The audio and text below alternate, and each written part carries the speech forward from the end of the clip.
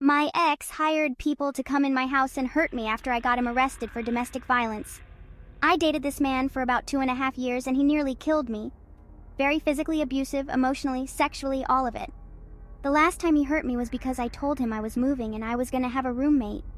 He didn't like that. He strangled me twice and punched me in the face. I escaped and called the cops. He got arrested a few days later. Until then, though, he was coaching me on how I needed to go back to law enforcement and state I hit myself, and he didn't really strangle me, that I stopped taking my psychiatric medication and was having a psychotic break that night.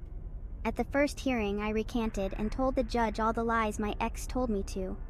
The judge believed me, and he was set to get released from jail, but he was still under state county hold or something like that. Before he was supposed to get released, I went back to law enforcement after gaining some clarity and told them the truth again, in which another hearing was scheduled. Undoubtedly, my ex was notified the reason why another hearing was being scheduled. He was a gang member. Obviously, I will not be saying which one. And as previously mentioned, by now I had moved into my new house with my roommate. But before he got arrested, he asked me where I was moving, and I told him which street corner the house was on, very stupidly. Well, my roommate's boyfriend at the time was affiliated as well. We were with some real winners, huh? And he was apparently notified that my house had been marked by the gang my ex belonged to. And that showed true. One morning around 6 a.m., my roommate and her boyfriend were sitting in the driveway in her car with the lights off.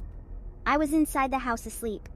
A car then pulled up in front of my house, blocking the driveway, preventing my roommate from pulling her car out. We are still unsure whether or not these people initially knew there were people sitting in my roommate's car. The mystery car sat blocking the driveway for a few minutes before a man got out of the passenger seat and began walking directly up the driveway to my porch. Luckily, my roommate's boyfriend had a gun on him, and once he saw the man walking towards the front door, he got out of my roommate's car and flashed his gun at the man. The man saw it and ran back to the car, which then sped off. Maybe a few weeks later, I had driven to the gas station a few streets over after the sun had gone down. I was getting a vape or something. When I was walking back to my car out of the gas station, a man in the same car that was in front of my house pulled up next to me and started yelling something. I couldn't tell what he was saying before I just yelled back, "Shut the fuck up and leave me alone," thinking I was just being randomly catcalled. I got in my car and went to pull out of the gas station, noticing his car was sitting in front of the exit I was going to take and not moving. So I went out a different exit and turned back onto the street my house was on. I looked behind me and saw him following me.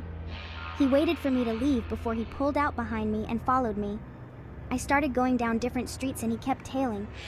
So eventually I freaked out and sped up real fast and made a quick impulsive turn that threw him off my track. I didn't go home. Another day I came home from work and saw that the window in our dining room that looks out to the backyard, the only window on the first story that doesn't have iron bars guarding it from the inside, had been tampered with from the outside. It had a screen secured to it so that the window may be opened, and the screen had been ripped off. We reattached it and tried to rip it off ourselves, and it was hard. My roommate's boyfriend was able to, but we weren't strong enough. It would have taken a lot of effort to get that screen off. Last instance, my roommate's boyfriend and his friend had left our house to go on a walk. When they came back, as they were walking back up to my house, they saw two men peeking through the other dining room window trying to see inside. They noticed my roommate's boyfriend as he started yelling at them, asking what the fuck they were doing, and they scurried away. Me and my ex's final hearing happened a few months ago, and I have gotten him locked up until 2036. I think maybe his fellow gangbangers have realized that a man locked up for the next 12 years is not worth risking their freedom over anymore, and I have since been left alone.